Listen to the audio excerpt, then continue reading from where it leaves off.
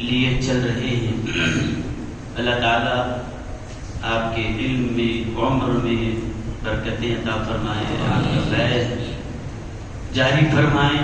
آپ یہ جو علماء عوام تو جمع ہیں، لیکن یہ جو علماء کی جو محفل سجی ہے یہ ان کی محنتوں کا نتیجہ ہے. اللہ تعالیٰ ان کی محنتوں کو ثمرآور بنائیں. الحمدللہ الحمدللہ رب العالمین والصلاة والسلام على أشرف الأنبياء والمرسلين سيدنا ونبينا ومولانا محمد وعلى آله الطيبين الطاهرين وأصحابه الأكرمين أجمعين وعلى من أحبهم وتبعهم بإحسان أجمعين إلى يوم الدين. أما بعد، فأعوذ بالله من الشيطان الرجيم. بسم الله الرحمن الرحيم. فأولئك مع الذين أنعم الله عليهم من النبيين والصديقين والشهداء والصالحين. صدق الله العظيم. وقال جل وعلا في شأن حبيبه الكريم الرؤوف الرحيم: إن الله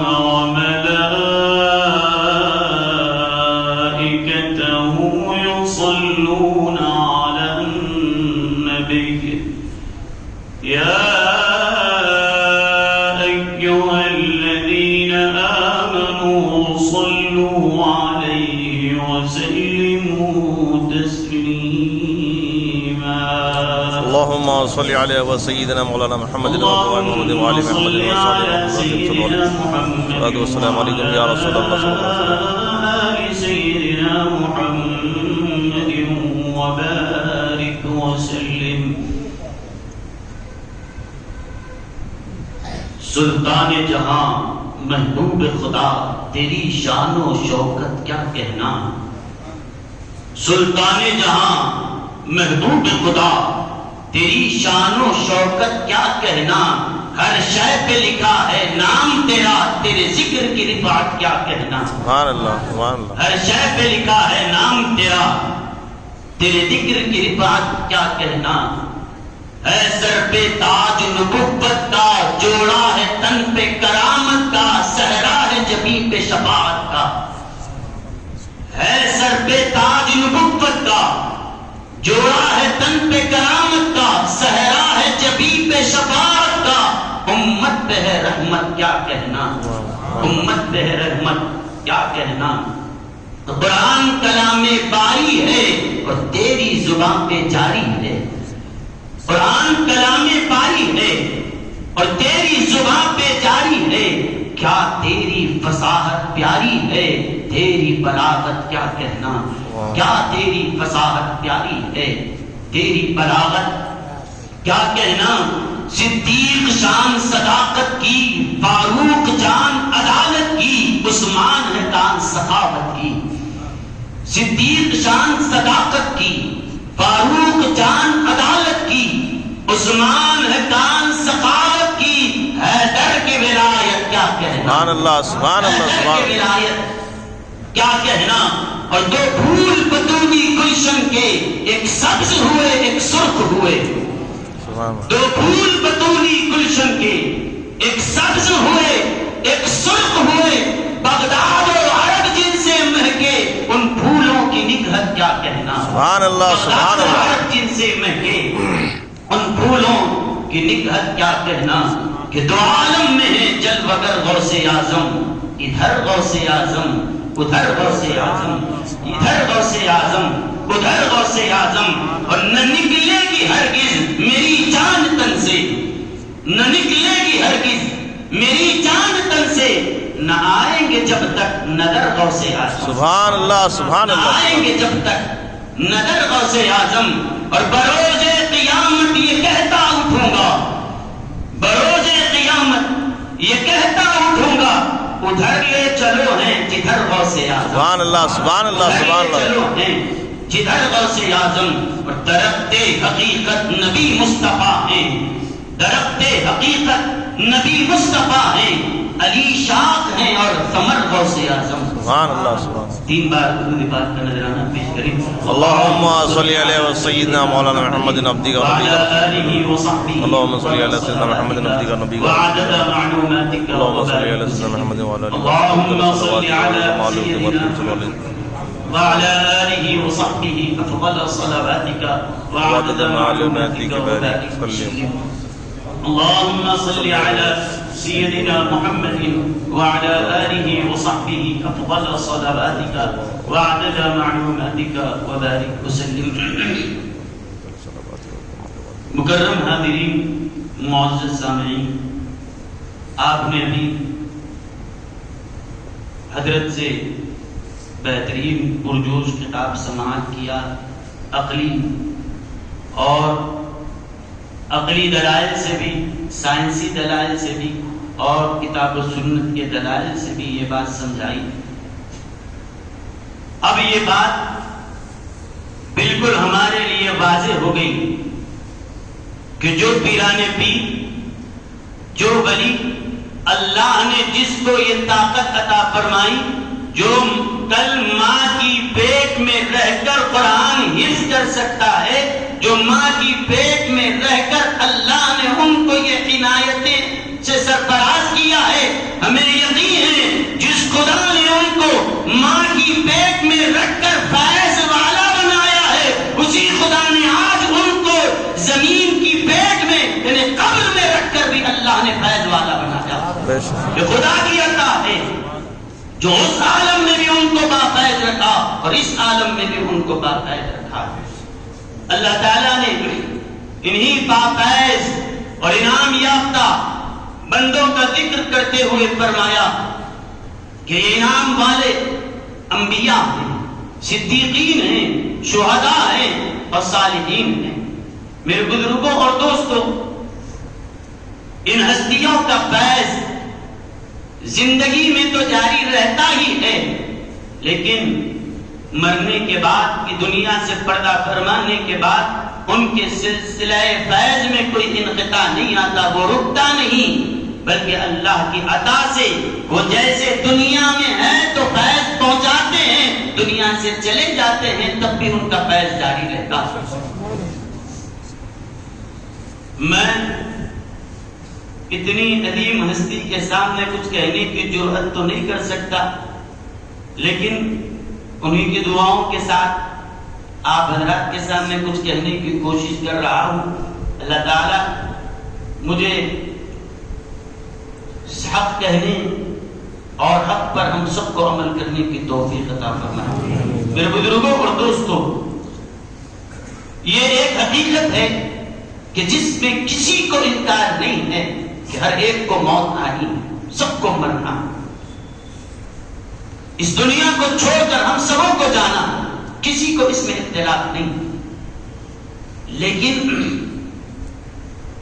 موت یہ فنا ہونے کا نام نہیں ہے، موت ختم ہونے کا نام نہیں ہے، بلکہ ایک عالم سے دوسرے عالم میں منتقل ہونے کا نام موت ہے. اگر کوئی سمجھتا ہے کہ موت کا نام انتہا ہے، موت کا نام اختتام ہے، موت کا نام فنا ہونا ہے، تو یہ اس کی سمجھ کا قصور ہے. موت فنا ہونے کا نام نہیں، بس ایک عالم سے دوسرے عالم میں منتقل ہونے کا نام موت ہے. اسی لیے ہم کہتے ہیں کہ انتقال ہو گیا. کیا انتقال ہوا؟ بس اس عالم سے اس عالم میں منتقل ہو گیا، یہی موت ہے. ہمارے بزرگوں نے موت و حیات کے فلسفے کو سمجھاتے ہوئے فرمایا کہ یہ زندگی کیا ہے اور یہ موت کیا ہے. فرماتے ہیں کہ ایک پرندہ ہے اور 2 پنجرے. ایک پرندہ ہے اور 2 پنجرے ہیں. اب زندگی اور موت کا فلسفہ بس اتنا ہی ہے کہ پرندہ اب تک اس پنجرے میں تھا، جب وقت مکمل ہو گیا اس پنجرے سے نکال کر اس کو دوسرے پنجرے میں ڈالتے ہیں. ایک پنجرے کا نام حیات ہے، دوسری پنجرے کا نام موت ہے. موت کے بعد جب منتقل ہو کر دوسرے پنجرے میں گیا، بس اسی ایک عالم سے دوسرے عالم میں جانا یہی موت ہے. اس عالم سے نکل کر عالم برزخ میں اس کی زندگی کا آغاز ہو جاتا ہے. آپ کہیں گے کہ یہ کیا ہے، یہ پنجرا کیا ہے، یہ پرندہ کیا ہے؟ تو سنیے، وہ پرندہ ہماری روح ہے، پرندہ ہماری روح ہے، اور جو پنجرا ہے یہ ہمارا جسم ہے۔ یہ اس جسم کے پنجرے میں اللہ نے ہماری روح کو قید کر کے رکھا، قید کر کے رکھا ہے، اور جب تک ہماری زندگی ہے، کوئی 50 سال 60 سال 70 سال جتنی عمر اس کی ہوگی، تب تک یہ روح، یہ پرندہ اس جسم کے پنجرے میں قید ہے، اور جب وقت مکمل ہو جائے بس اس کو، روح کو الگ کر دیا جائے، اس کے اندر سے پرندہ جو آزاد ہو جائے گا۔ لیکن یاد رکھیے، ہم یہ تو جانتے ہیں کہ اب ہم زندہ ہیں، روح اور جسم دونوں اکٹھے ہیں، روح ہمارے جسم کے اندر قید ہے، تو روح ہمارے جسم میں ہے، یہ دونوں اکٹھے، لیکن جب موت آ جائے، روح جسم سے نکال دی جاتی ہے، تو ایک بات یاد رکھیے، کسی بھی چیز کو رکھنے کے لیے محل اور جگہ کا، مقام کا ہونا ضروری ہے۔ آپ یہ کتابیں قرآن شریف یہاں رکھے ہیں، قرآن رکھے ہیں کہ کیوں؟ اس لیے کہ وہاں جگہ ہے تبھی تو رکھ پائے ہیں، اگر جگہ نہیں ہوتی تو رکھ نہیں پا سکتے تھے۔ یہ کرسی یہاں رکھی ہے، یہ مقام ہے، جگہ ہے، اسی لیے رکھی جا چکی، اگر جگہ نہ ہو تو رکھی نہیں جا سکتی۔ تو کسی بھی چیز کو رکھنے کے لیے جگہ کا ہونا ضروری ہے۔ سوال یہ ہے، ہمیں یہ تو پتا ہے کہ جسم کو کہاں رکھا جاتا ہے، جسم کو کہاں رکھا جاتا ہے؟ سب کہیں گے کہ قبر میں رکھا جاتا ہے، تو جسم کہاں رکھا جاتا ہے یہ تو پتا ہے، کہ روح کہاں رکھی جاتی ہے؟ کیا ایسے ہی اس کو پھٹکتا ہوا چھوڑ دیا جاتا ہے، یا فرشتے قیامت تک ویسے ہی اس کو گود میں لیے پھرتے ہیں، یا کوئی ایک ہے بنگلہ بھوتوں کا، اس کے اندر لے جا کر روحوں کو ڈال دیا جائے؟ کچھ تو ہوگا نا انتظام، روح رہنا ہے اس کو، تو اس کے لیے کوئی جگہ کا ہونا ضروری ہے، ورنہ کہاں رکھا جائے گا؟ ہم پوچھتے ہیں کہ جسم کو رکھنے کے لیے تو قبر کی جگہ مل گئی، اب روح کہاں رکھی جاتی ہے؟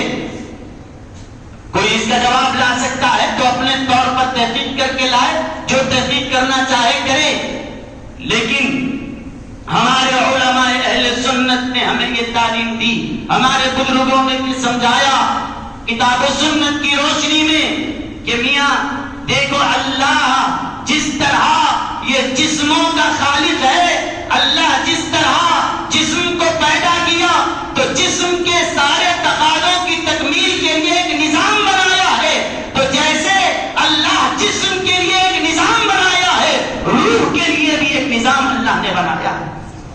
جسموں کے لیے اس کا قانون ہے، نظام ہے، تو روح کے لیے بھی اللہ نے ایک نظام بنایا، اس کا بھی ایک قانون ہے۔ تو کیا کیا جاتا ہے؟ تو دیکھیے، جب ہماری روح نکل جاتی ہے، یہ جو ہمارا جسم ہے، اسی طرح ہو بہو ایک جسم اللہ نے عالم مثال میں پیدا کیا، بالکل اسی جسم کی وہ کاپی۔ اگر دونوں جسموں کو ایک ساتھ دیکھا جائے تو کوئی فرق نہیں کر سکتا کہ عالم مثال کا جسم کون سا ہے اور اس عالم کا جسم کون سا ہے، لیکن جسم بنایا ہے اللہ نے ہر ایک کا۔ عالم مثال میں جو جسم ہے ہمارا، اس کو جسم مثالی کہتے ہیں، اور یہ جو جسم ہمیں دیا گیا ہے، یہ جو کہ مٹی سے بنا، اسی لیے اس کو جسم خاکی کہتے ہیں، خاک مٹی کو کہتے ہیں، تو یہ ہمارا جسم جسم خاکی ہے، اور عالم مثال کا جو جسم ہے وہ جسم مثالی۔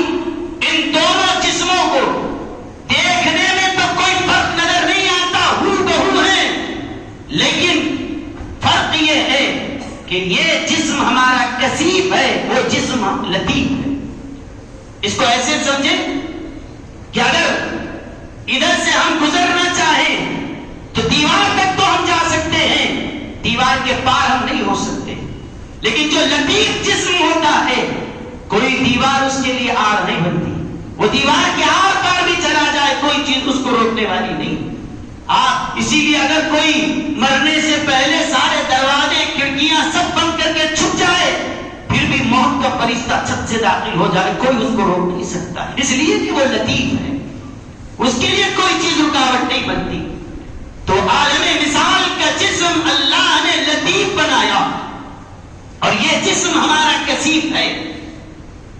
تو اب جب تک زندہ ہے روح اور جسم اکٹھے، اب جب مر جائیں جسم تو قبر میں رکھ دیا گیا، تو جیسے قبر کا ایک نظام ہے، ایک سارے حقوق ہیں کہ مرنے کے بعد اس کو نہلایا جائے، نماز پڑھائی جائے، تدفین کی جائے، یہ ساری چیزیں اس میت کے ساتھ کی جاتی ہے اور لے جا کر اس کے جسم کو قبر میں رکھ دیا جاتا ہے۔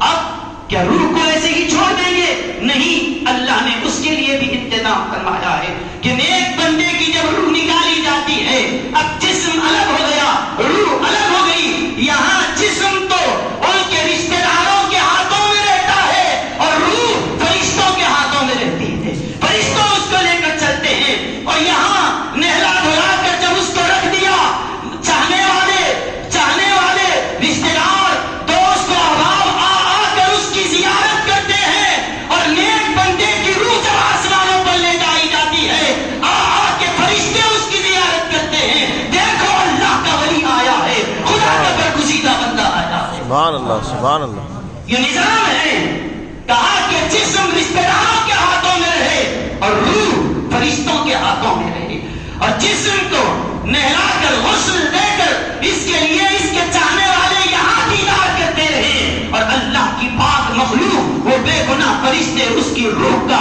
استقبال کرتے ہیں، وہاں وہ اس سے ملاقات کیا کرتے ہیں۔ فرشتے کا کام ہے کہ روح کو نکالا، اور نکالنے کے بعد عالم مثال میں جو بالکل ہمارا ہو بہو ایک جسم مثالی بنایا گیا ہے، بس اس روح کو نکال کر اس جسم خاکی سے نکال کر جسم مثالی میں منتقل کر دینا یہ فرشتے کی ڈیوٹی۔ یہاں سے نکالا اور لے جا کے اس جسم خاکی میں منتقل کر دیتا ہے، اور دیکھیے جب تک یہاں پر نماز جنازہ ہو گئی، اس کے بعد لے گئے کانوں پر اٹھا کر میت کو قبر میں، جب تک ہم لٹاتے ہیں اس وقت تک نہ وہ حرکت کر سکتا ہے، نہ کچھ بولتا ہے، نہ آنکھ کھول کے دیکھتا ہے، بالکل بے جان ہم نے اس کو لے جا کر وہاں لٹا دیا، لیکن ہم جیسے اس کو اللہ کے حوالے کر دیے، مٹی ڈال دیے، اب قبر کی دنیا میں انقلاب آ جاتا ہے، ہم جیسے چھوڑ کے آئے ویسا نہیں رہتا۔ حدیث شریف میں آیا ہے کہ وہ اس کے رشتہ دار یا جو بھی تدفین کے لیے آئے 40 قدم ابھی دور نہیں ہٹتے کہ فرشتے آ جاتے ہیں سوالات کے لیے، اور جب فرشتے آ جاتے ہیں حدیث شریف میں آیا ہے کہ مردہ اٹھ کے بیٹھ جاتا ہے، اور نیک آدمی ہو تو اس کو وقت ایسا دکھتا ہے کہ ابھی عصر کی نماز کا وقت جا رہا ہے، وہ سیدھا اٹھ کر کہتا ہے دعونی اصلی، سب بعد میں رہنے دو، پہلے مجھے نماز ادا کرنا ہے، میں نے عصر کی نماز نہیں پڑھی ہے، یہ اٹھ کر بولتا۔ اب جب تک ہم نے اس کو اپنے ہاتھوں سے قبر میں لٹایا، وہ تو بے جان تھا، وہ تو بولتا نہیں تھا، وہ تو اٹھنے کے قابل نہیں تھا، لیکن اب ہمارے ہٹتے ہی وہ اٹھتا بھی ہے اور بول بھی رہا ہے، اور نہ صرف بول رہا ہے بلکہ فرشتوں کے سوالات کے جواب بھی دے رہا ہے۔ اور جواب کون دے سکتا؟ جو فرشتوں کا سوال سنے اور سمجھے اس کے بعد جواب دے، تو مطلب یہ کہ قبر میں رہنے والا سنتا بھی ہے، سمجھتا بھی ہے، بولتا بھی ہے، اور یہ سننا، سمجھنا، بولنا، جواب دینا یہ اسی وقت ہو سکتا ہے جبکہ اس کے اندر کوئی زندگی ہو۔ لیکن روح تو نکال لی گئی، اور ہم نے جب تک اس کو اپنی آنکھوں سے دیکھا تھا وہ تو بے جان تھا، لیکن جب مٹی ڈال کے ہٹ گئے، اب ہم نے جیسے میں نے ابھی کہا کہ یہ قدرت کا نظام ہے، یہاں ہاتھوں پہ رشتے دار اس کو لے جاتے ہیں، وہاں فرشتے روح کو لے جا رہے ہیں، یہاں اس کے اطراف مریدین اور چاہنے والوں کا ہجوم ہے، وہاں چاہنے والے ملائے مقربین کا ہجوم ہوتا ہے، فرشتے اس کے اطراف رہتے ہیں۔ اب یہ کہ ہم نے اس کو لے جا کر قبر میں ڈال دیا،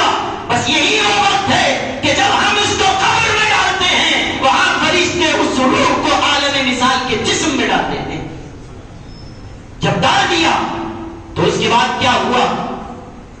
دیکھیے جب عالم مثال کے اس جسم میں روح کو ڈال دیا جاتا ہے، اب یہ اللہ کی قدرت کہ اب روح تو ایک ہوتی ہے، لیکن ان دونوں جسموں میں ایسا ربط اور تعلق رہتا ہے، روح اس جسم میں ڈالی جاتی ہے اور زندگی اس میں بھی آ جاتی ہے اور قبر والے جسم میں بھی آ جاتی ہے، دونوں میں حیات آتی ہے۔ روح تو ڈالی گئی عالم جسم مثالی میں، اور اس کا براہ راست تعلق یہاں قبر کے جسم کے ساتھ ہوتا، روح ڈالی گئی ادھر اور حیات دونوں جگہ، زندگی دونوں جگہ آ جاتی۔ اگر کوئی یہ کہتا ہے کہ بھئی یہ کیسے ہو سکتا، روح ایک ہے تو زندگی کتنی ہونا؟ جی آپ بات سمجھ میں آ رہی؟ روح ایک ہو تو حیات کتنی ہو؟ ایک ہو یا دو؟ ایک ہو۔ جب روح ایک ہے تو زندگی بھی ایک ہونا چاہیے، لیکن جب ایک روح ہے تو دو جگہ کیسے زندگی ہو سکتی ہے؟ تو سنیے، چونکہ میں ابھی آپ نے سنا کہ جامعہ نظامیہ میں معقولات کا ایک طالب علم ہوں، خدمت کر رہا ہوں، اپنے معقولات ہی کا سہارا لیتا ہوں کہ دیکھیے اگر آپ یہاں یہ محفل میں بیٹھے ہیں، وہاں سے سورج نکلا، سورج وہاں سے نکلا، اب بتائیے جب سورج کی کرنیں آپ کے اوپر آ رہی ہے، آپ کی پیٹھ پہ آئے گی کیونکہ پیچھے سے سورج نکل رہا ہے، کرنیں کہاں آئے گی؟ آپ کے سر پہ آئے گی، آپ کی پیٹھ پہ آئے گی۔ لیکن اگر آپ ادھر رخ کر کے بیٹھے ہیں اور یہ چاہتے ہیں کہ سورج کی روشنی آپ کے چہرے پہ آئے، یہ ممکن ہے؟ جی یہ ہو سکتا ہے کہ آپ ادھر رخ کر کے بیٹھے اور سورج کی روشنی آپ کے پشت پہ پیٹھ پہ تو آ سکتی ہے، لیکن مخالف سمت میں اپوزٹ سائڈ آپ بیٹھے ہیں، سورج کی روشنی آپ کے چہرے پر تو نہیں آ سکتی۔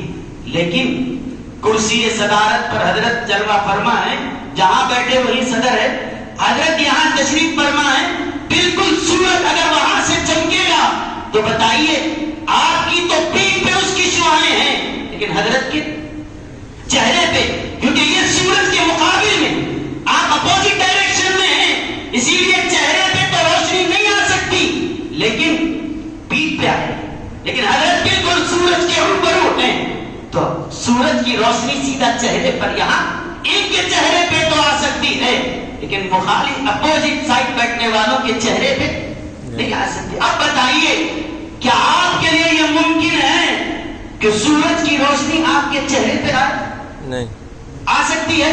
نہیں۔ آ سکتی ہے، ممکن ہے، اس طور پہ ممکن ہے کہ آپ کا چہرہ سورج کی طرف تو نہیں ہے، آپ کا چہرہ اپنے خائن کی طرف ہے، لیکن سورج کی روشنی ان پر تو پڑ رہی ہے، لیکن یہ جہاں بیٹھے اپنے ہاتھ میں آئینہ لے کر بیٹھ جائیں، اپنے ہاتھ میں آئینہ لے کر بیٹھ جائیں تو کیا ہوگا؟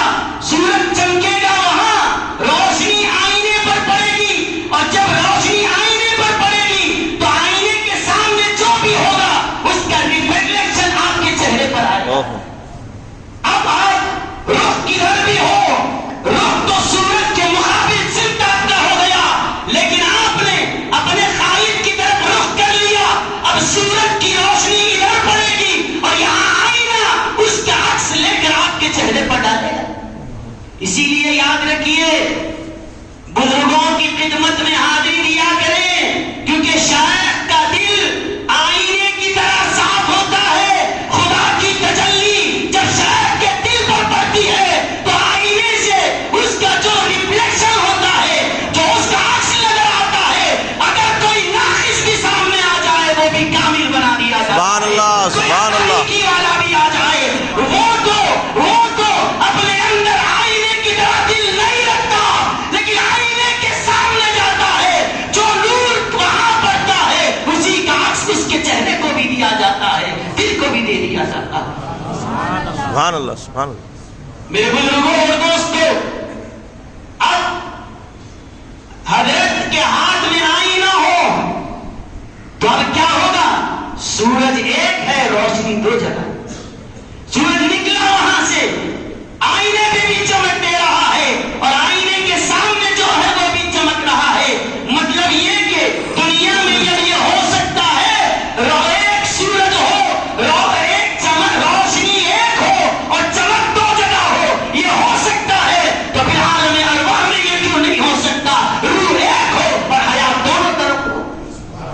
سبحان اللہ. وہاں سے سورج کی روشنی آئے ادھر بھی روشن کرے اور آئینہ آپ کو بھی روشنی دے.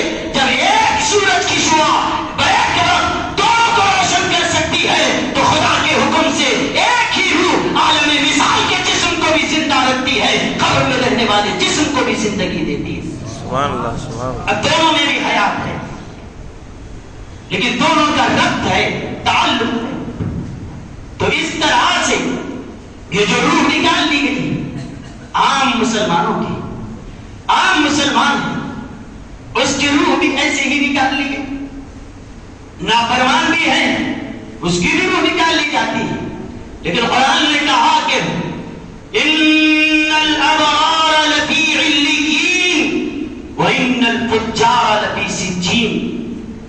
نیک ہو تو اس کی روح علیین میں رکھی جاتی ہے, اور منکر ہے, فجار ہے, نافرمان ہے تو پھر سجین میں اس کی روح کو رکھ دیا جاتا ہے. علیین میں سجین میں یہ رکھ دی گئی, اور جہاں ہے وہیں سے ان کو قبر کے جسم سے جوڑ دیا جاتا ہے. اب جب جوڑ دیا جاتا ہے تو وہ نعمت میں نعمت ملتی ہے تو راحت بھی پاتا ہے, عذاب ہوتا ہے تو تکلیف بھی محسوس کرتا ہے. یہ تو بات ہو گئی کس کی؟ عام مسلمان کی. اب اس کے بعد ایک اونچا درجہ فرمایا کہ وہ شہداء کا, انعام یافتہ لوگوں میں شہداء ہیں. شہید کے لیے جب وہ اس کا گلا کٹ گیا, جب وہ مر جاتا, آخری وقت آیا تو جیسے فرشتے ہماری عام مسلمانوں کی روح نکالتے ہیں, شہید کی بھی روح نکالتے ہیں.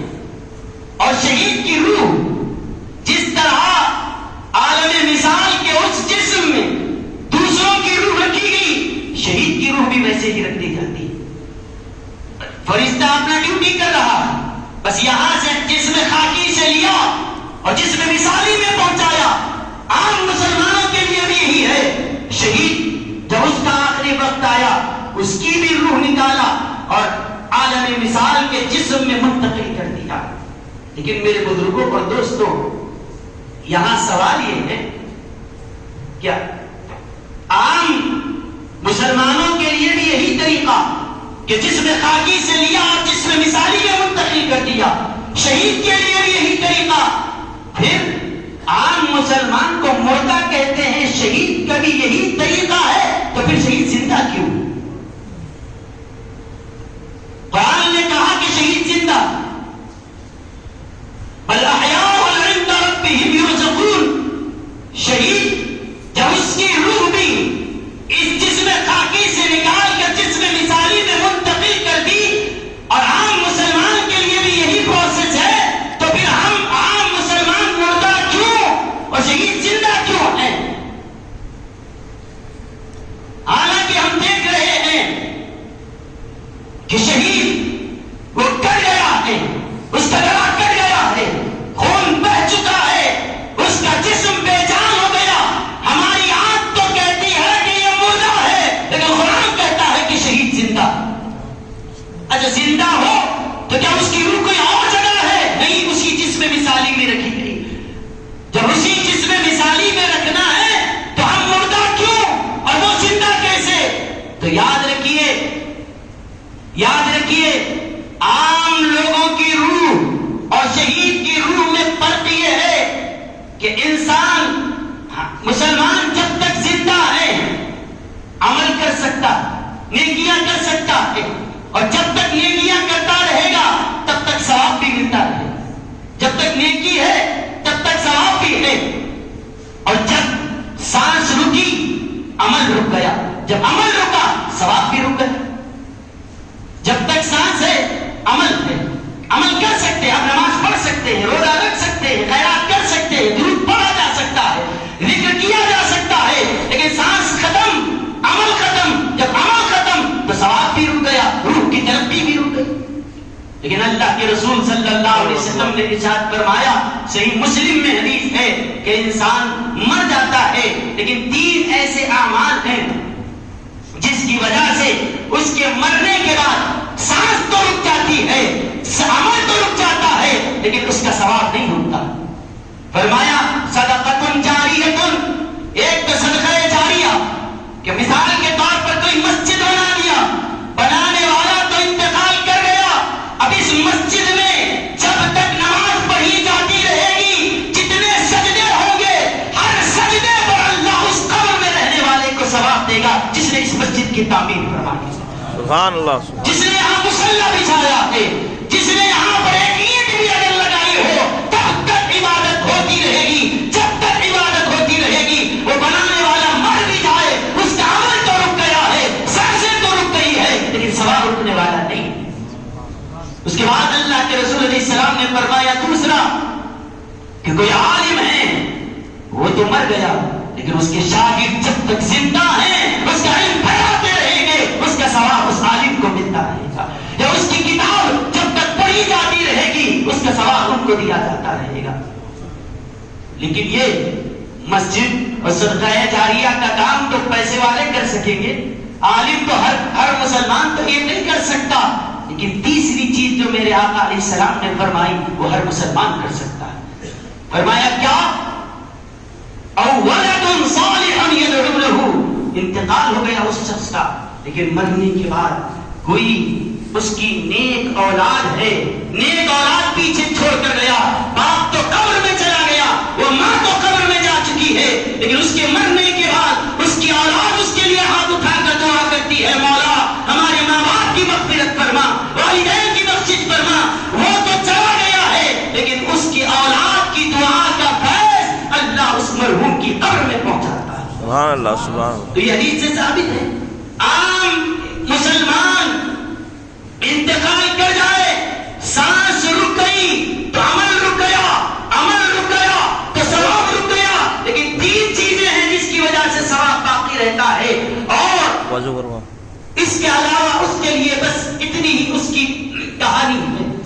لیکن شہید جب اس کی روح نکال دی جاتی ہے، عام لوگوں کی جب تک عمل ہوتا ہے روح بھی ترقی کرتی ہے، جتنا عمل ہو اتنی روح بھی ترقی کرتی جاتی ہے.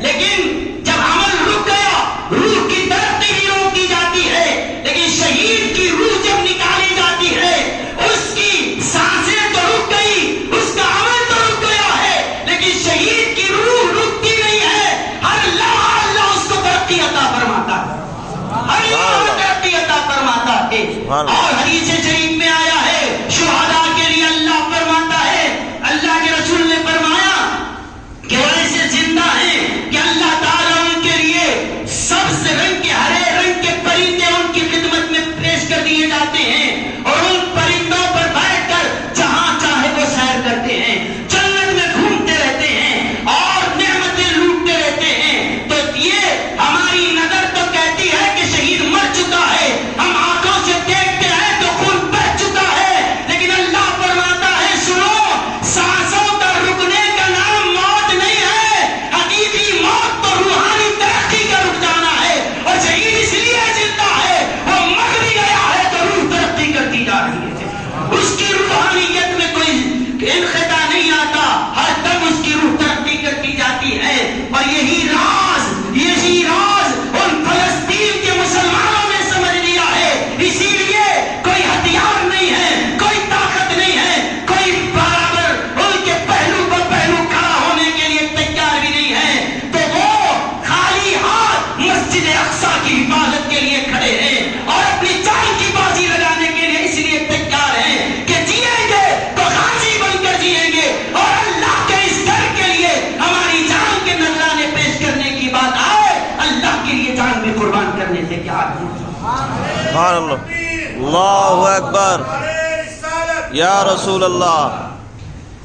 بظاہر کوئی ان کے ساتھ ہمدردی کرنے والا نہیں ہے، کوئی ان کو تسلی دینے والا نہ بھی ہو، کوئی ان کے ہاتھ اور دست و بازو کرنے کے لیے تیار نہ بھی ہو، پھر بھی ان جانباز مسلمانوں کے جذبے کو سلام جو نہتے مسجد اقصی کی حفاظت کے لیے کھڑے ہیں.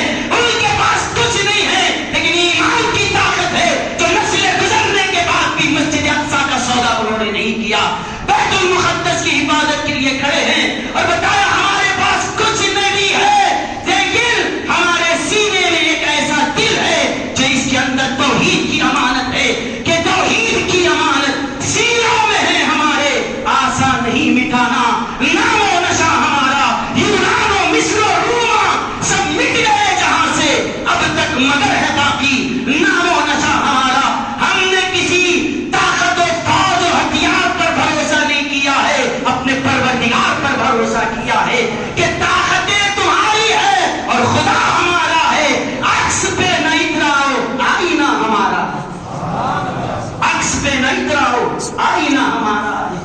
اسی لیے یاد رکھیں شہید مر بھی جاتا ہے، روح نکل بھی جائے، لیکن اس کی روح ہمیشہ ترقی کرتی رہتی ہے، روح ترقی کر رہی ہے۔ قرآن کہتا ہے یرزقون، ان کو رزق بھی دیا جاتا ہے، جہاں حدیث کہتی ہے وہ گھومتے پھرتے ہیں جہاں چاہیں، جو گھومتا بھی ہو، سیر بھی کرتا ہو، جس کو رزق بھی دیا جاتا ہو، اور جو خوشیوں میں ہو تو اللہ فرماتا ہے، اور جس کی روح ہمیشہ ترقی کر رہی ہو تو وہ مردہ نہیں، جو جس کی ترقی روح کی باقی ہے وہ تو زندہ ہے۔ قرآن نے اس کو زندہ کہا۔ سانس کے رک جانے کا نام موت نہیں ہے، روح کی ترقی کے رک جانے کا نام حقیقی موت ہے۔ تو ان کی تو روح ترقی کرتی جا رہی ہے، اسی لیے وہ مر کے بھی زندہ، اسی لیے مر کے بھی زندہ۔ میرے بزرگوں اور دوستوں یہ بات ہوئی، کیونکہ میرے پاس اتنا وقت نہیں ہے کہ اور مفصل عرض کر سکوں، اختصار کے ساتھ آپ کو اختتام کی طرف لیے چل رہا۔ اب آئیے شہید کے بعد میں عرض کرتا ہوں پیغمبر نبی کے بارے میں کہ جیسے ہر ایک کے لیے موت آنا ہے، اللہ کے رسول صلی اللہ علیہ وسلم کے لیے بھی وہ وقت مقرر تھا اور فرشتہ آیا۔ آپ حضرات علماء سے سنتے ہیں کس ادب کے ساتھ وہ فرشتہ آیا اور خدمت بجا لایا۔ میں اس طرف نہیں لے جاتا، بس یہ عرض کرتا ہوں وہ وقت جب آیا خدا کا فیصلہ جب ہوا، حضور صلی اللہ علیہ وسلم کی روح مبارک بھی آپ کے تنے نازنی سے نکالی گئی، جس میں اقدس سے روح نکالی گئی۔ فرشتے کا کام ہے، اس کی ڈیوٹی یہی ہے کہ جس میں خاکی سے روح نکال اور جس میں مثالی میں ڈال دے۔ فرشتے جب بھی یہاں سے روح لے کر جاتے ہیں تو جس کی روح نکالا وہ بھی شکل سامنے اور جس جسم میں ڈالنا ہے وہ بھی سامنے، بس اس پنجرے سے نکالا اس پنجرے میں ڈالا، اس کی ڈیوٹی ختم، یہی اس کا کام۔ اب اللہ کے محبوب علیہ السلام کی روح مبارک کو فرشتے لے گئے اور کام یہ ہے طریقہ قاعدہ قانون کہ جس میں مثالی میں اس کو منتقل کر دیا جائے۔ فرشتے عالم مثال میں ڈھونڈ رہے ہیں کہ حضور کی روح مبارک، جس میں مثالی کہاں ہے کہ روح مبارک کو رکھے، تلاش کر لیا، لیکن عالم مثال میں حضور کا جسم مثالی نظر نہ آیا۔ سمجھے کہ یہ عام لوگوں کے جہاں ہے، حضور کا جسم مثالی یہاں نہیں ہو، کہیں اور جگہ رکھا ہوگا۔ جب ڈھونڈ لیا اللہ کی بارگاہ میں عرض کیے، مولا تیرے حبیب کریم صلی اللہ علیہ وسلم کی روح مبارک رکھنے کے لیے یہ عالم مثال میں کوئی جسم نظر نہیں آتا، کہاں اس کو لے جا کر رکھے؟ فرشتوں سے فرمایا گیا، فرشتوں کہاں دیکھا؟ کہاں عالم مثال میں، کہا عالم مثال میں، کہا پورا چپا چپا چھان دیا عالم مثال میں، تیرے مصطفیٰ کا جسم مثالی نہ ملا۔ پروردگار نے فرمایا فرشتے کیا کہتا ہے؟ عالم مثال میں ڈھونڈتا ہے۔ ارے ایک عالم مثال نہیں، 18,000 عالموں میں ہم نے مصطفیٰ جیسا بنایا ہی نہیں۔ سبحان اللہ سبحان اللہ سبحان اللہ۔ مثال کی بات کر رہا ہے، 18,000 عالموں میں ہم نے مصطفیٰ کا مثل پیدا نہیں کیا۔ تو کہا مولا اب اس روح مبارک کو کہاں رکھیں؟ جب ان کا جسم مثالی نہیں ہے تو کہاں رکھا جائے؟ فرشتوں نے کہا تم بتاؤ کہاں لے جانا چاہتے ہو؟ ذرا پوچھو آسمانوں سے، کیا ان میں اتنی طاقت ہے کہ میرے حبیب کی روح کو سنبھال سکے؟ تو زمینوں میں اتنی، سمندروں میں اتنی وسعت ہے کہ مصطفیٰ کی روح اقدس کو سنبھال سکے؟ کیا پہاڑوں میں اتنی ہمت ہے کہ اس روح کو سنبھال سکے؟ کیا زمین میں طاقت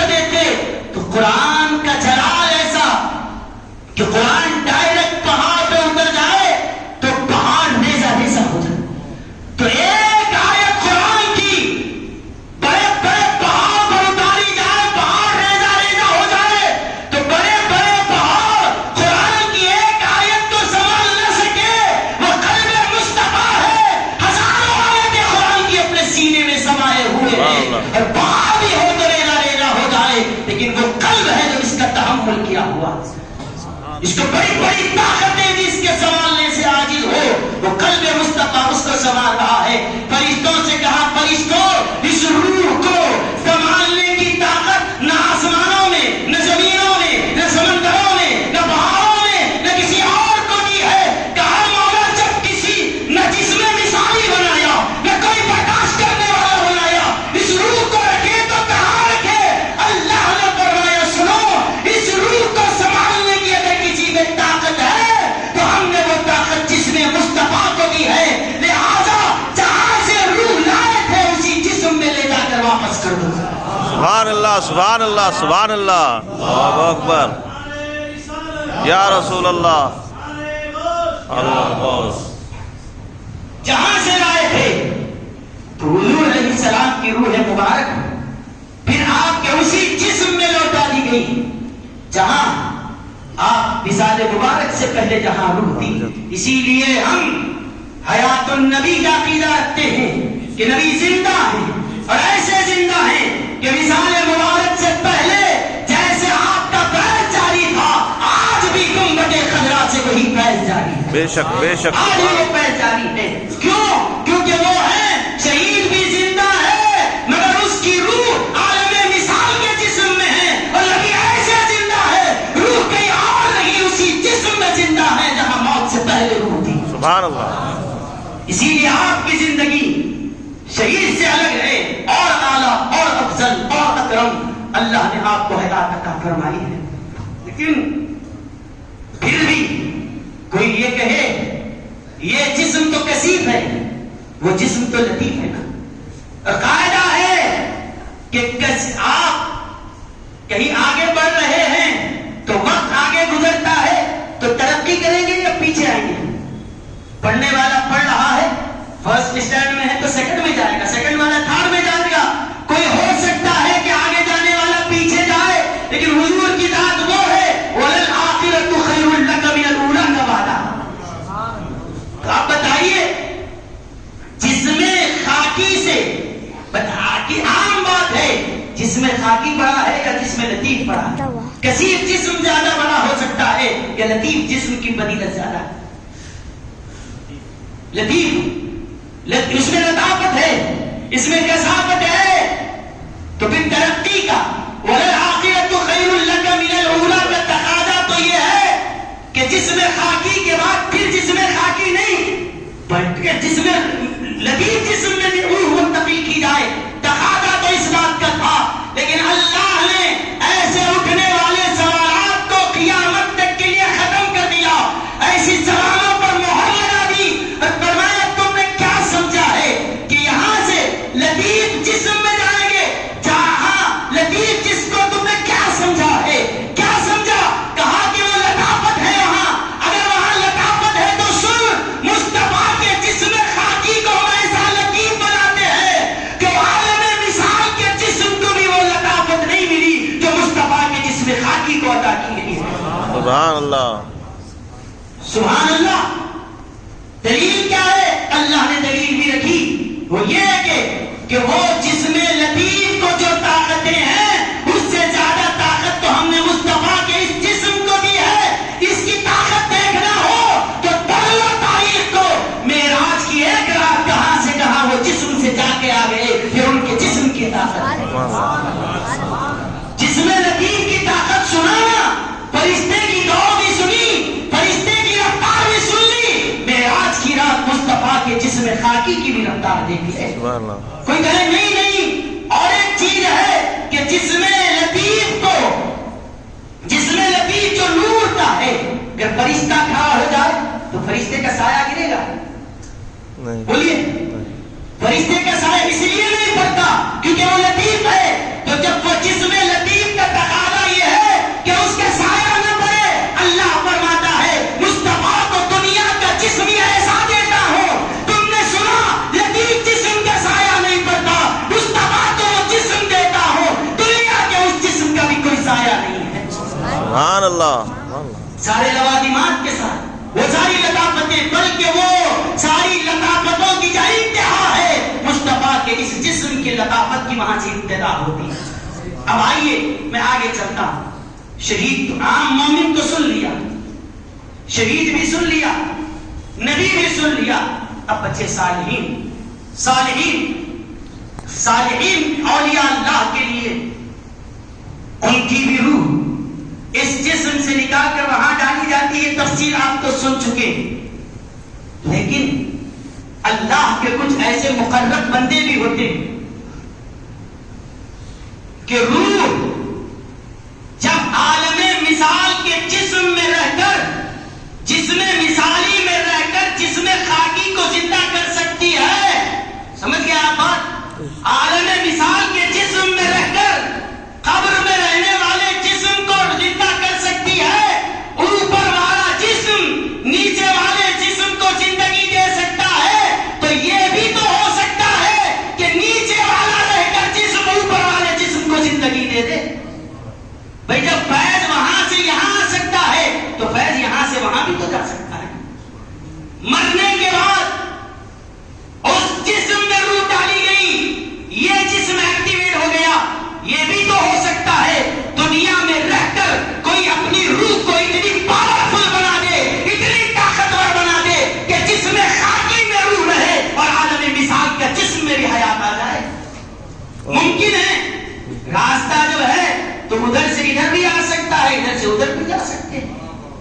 ایک ہی ہے نا. سبحان اللہ. ایک احمق کشتی میں سفر کر رہا تھا, اچانک کشتی میں سوراخ ہوتی اور بیوقوف ساتھ بھی لے گیا تو دوسرے بیوقوف کو سوراخ ہو گئی کشتی میں, پانی اندر آ رہا. یہ پریشان ہوا کہ اب پانی ایسے ہی آتا رہے گا کشتی ڈوب جائے گی, اور مشورہ لیا اسی دوسرے بیوقوف سے کہ پانی اندر آ رہا ہے, کیا کیا جائے. اس نے کہا اور ایک سوراخ کر دے, اس میں سے آئے گا اس میں سے چل جائے گا. لیکن سوراخ جب ہے تو صرف ون وے تو نہیں ہوگا, کہ سوراخ جب ہے تو ہوا اندر کی باہر بھی جائے گی, باہر کی اندر بھی تو آئے گی نا. تو ایسے ہی جب راستہ ہے تو وہاں کا جسم اس کو زندگی دے سکتا ہے. روح وہاں آ گئی اور زمین پر رہتے ہوئے بھی زندگی نے روح کو ایسی طاقتور بنا دے. اور کسی اور کی روح کی بات نہیں کر رہا ہوں, اس روح کی بات کر رہا ہوں, اس جسم کی بات کر رہا ہوں کہ جو پیدا ہوتی ہے تو جس کے شانوں پر مصطفیٰ جان رحمت کے قلم کا نشان ہے, مصطفیٰ کے فیض جو لے کر آئی ہو, جو کہتے ہیں لکلی نبی کی للک لہو خدم وانی علی قدم النبی بدر الکمالی, کہ جس پر مصطفیٰ کا دستے کرم ہو, کہ جس پر حضور کی عنایتیں ہو, کہ جس کے رگوں میں مصطفیٰ کا خون دوڑ رہا ہو, کہ جس کے اندر حضرت مولا کائنات امام ولایت کا خون دوڑ رہا ہو. کیا بتاؤ اس کی روح کیا ایسی کمزور رہے گی؟ یہ اسی روح کا حصہ ہے کہ وہ زندہ رہ کر روح کو اس جسم میں رہے اور زندگی عالم مثال کے جسم کو بھی دے دے. یہی بات تھی کہ حضرت پیران پیر کے پاس ایک مرید آیا اور آ کر کہنے لگا حضرت کل آپ کی دعوت کر رہا ہوں, آپ تشریف لائیے. حضرت نے فرمایا ٹھیک ہے. دوسرا آیا, اسی وقت کہتا ہے حضرت میں آپ کی دعوت کرنا چاہتا ہوں. وہ اگر کہا کہ ظہر کے بعد, یہ بھی آیا ظہر کے بعد, کہا ٹھیک ہے. تیسرا آیا, کہا ٹھیک ہے. چوتھی دعوت ہے, کہا ٹھیک ہے. سب حیران تھے, سب حیران تھے کہ ایک ہی وقت میں ایک جسم کہاں کہاں جائے گا. دن تو گزر گیا, دعوت ہوئی, جب پلٹ کر آئے لوگ پوچھا کہ حضرت کل کہاں تھی. وہ کہتا تھا کہ میرے گھر میں, یہ کہتا میرے گھر میں, وہ کہتا میرے گھر میں.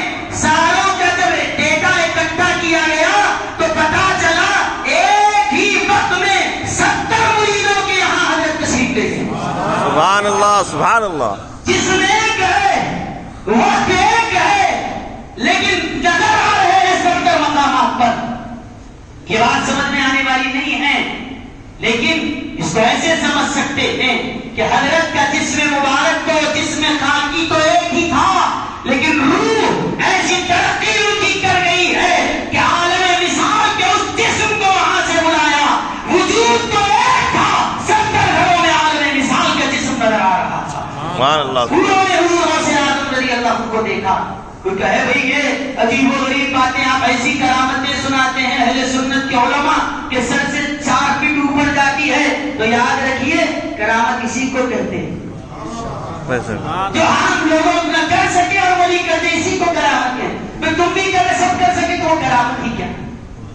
پھر بھی تسلی کے لیے عرض کرتا ہوں کہ اگر اس وقت 8:35 پر کسی کی موت کا وقت لکھا گیا ہے ہندوستان میں، فرشتہ آ کر یہاں روح نکال رہا ہے، اور اسی وقت عراق میں وہاں بم گرا، وہ 100 آدمی اگر شہید ہو رہے ہیں، یہی فرشتہ ہے اسی 8:35 پر وہاں بھی روح نکال رہا ہے۔ سعودی میں کوئی مرا اس کا بھی وہی روح، امریکہ میں کوئی مرا اس کی بھی روح، فلسطین میں کوئی شہید ہو رہا ہے، ایک عمارت میں دب کر 100 آدمی شہید ہوئے، 100 کی روح بھی وہی نکال رہا ہے جو ہندوستان میں آج فرشتہ موجود ہے۔ تو جب یہ مانتے ہو کہ اللہ نے فرشتے کو یہ طاقت دی ہے کہ ایک ہی وقت میں موت کا فرشتہ جہاں جہاں ڈیوٹی ہے سب جگہ موجود ہو سکتا ہے، جس خدا نے فرشتے کو طاقت دی ہے اسی خدا نے حضرت عبد القادر جیلانی کو طاقت عطا فرمائی۔ فرشتے کے لیے تو ناممکن نہیں ہے، تو پھر آپ یہ بتائیے اشرف المخلوقات فرشتے نہیں بنائے گئے، انسان بنایا ہے۔ وآخر دعوانا الحمدللہ۔ سبحان اللہ۔